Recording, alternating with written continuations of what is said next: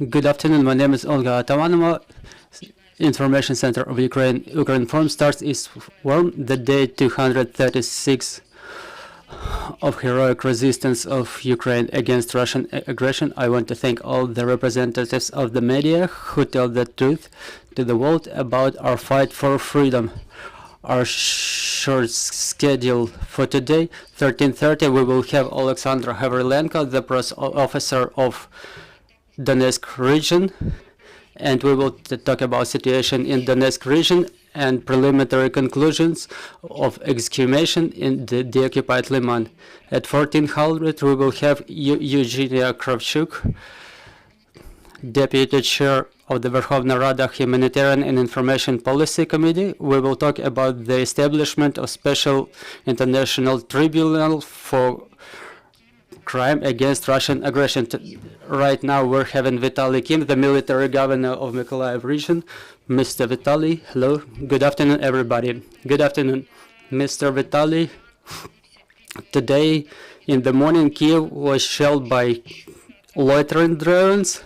In the same way, yesterday we know that Mykolaiv found itself being shelled.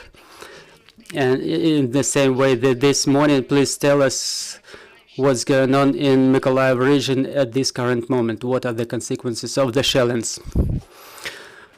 All right, look, we had 16.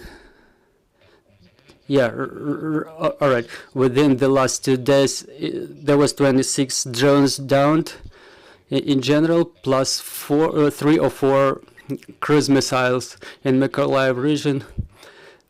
Three infrastructure objects were damaged.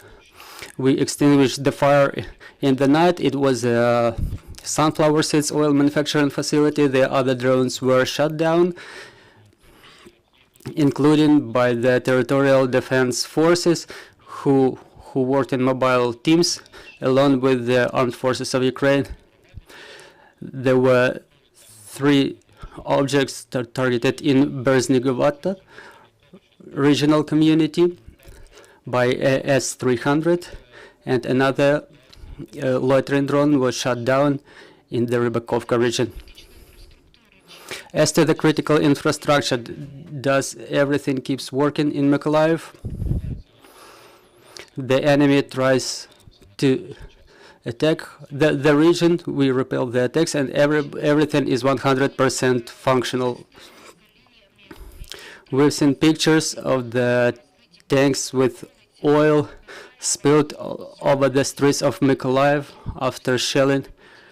How to mitigate the consequences of such shellings, and what are the losses inflicted by occupants?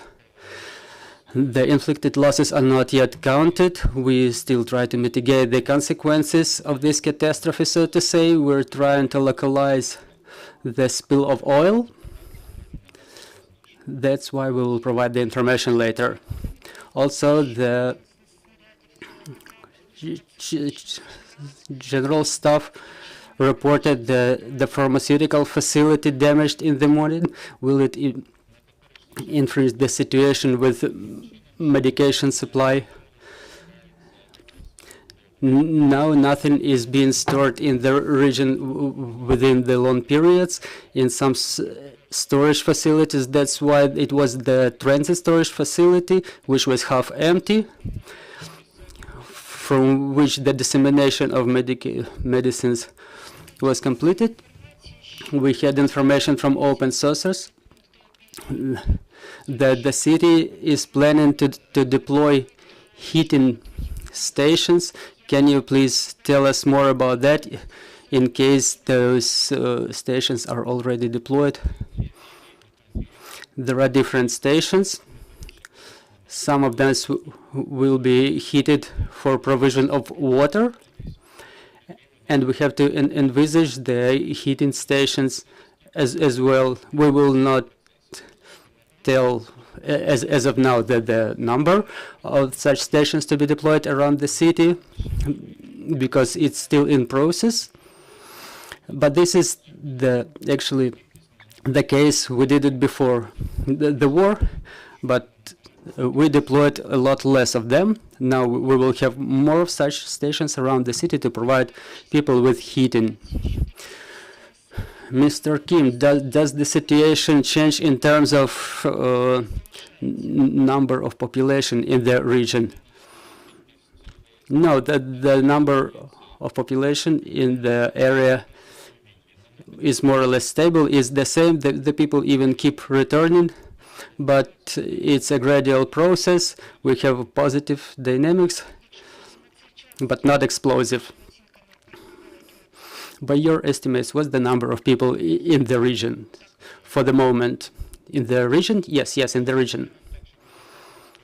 Well, I don't want to lie to you, so I don't have the current figures, so I will prepare them for the next briefings. Dear journalists, dear colleagues, your questions? Olga Panasenko, Ukrinform.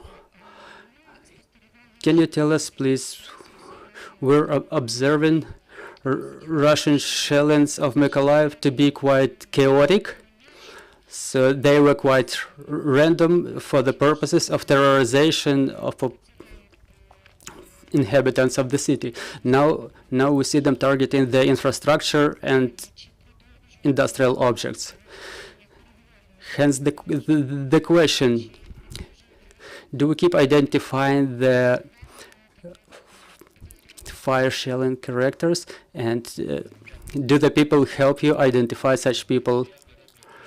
Russians do it just because they can, and last week they targeted a 5-story building with this Shakid drone where people died. So we cannot tell they target the critical infrastructure objects because we shut down 80% of these drones, so we don't have understanding of what were their targets. Another question, yes, the work is in progress in all the areas. We fight the traitors, we identified the traitors, so to say, but we're on the level where we don't have to buy this information. The information is being processed immediately. Thank you, Mr. Vitaly. Thank you for your time. Thanks for joining us. I will remind you, we had Vitaly Kim, the military governor of Mykolaiv region. Dear colleagues, the next briefing is at 13:30. We will talk about situation in the Donetsk region. Stay with us.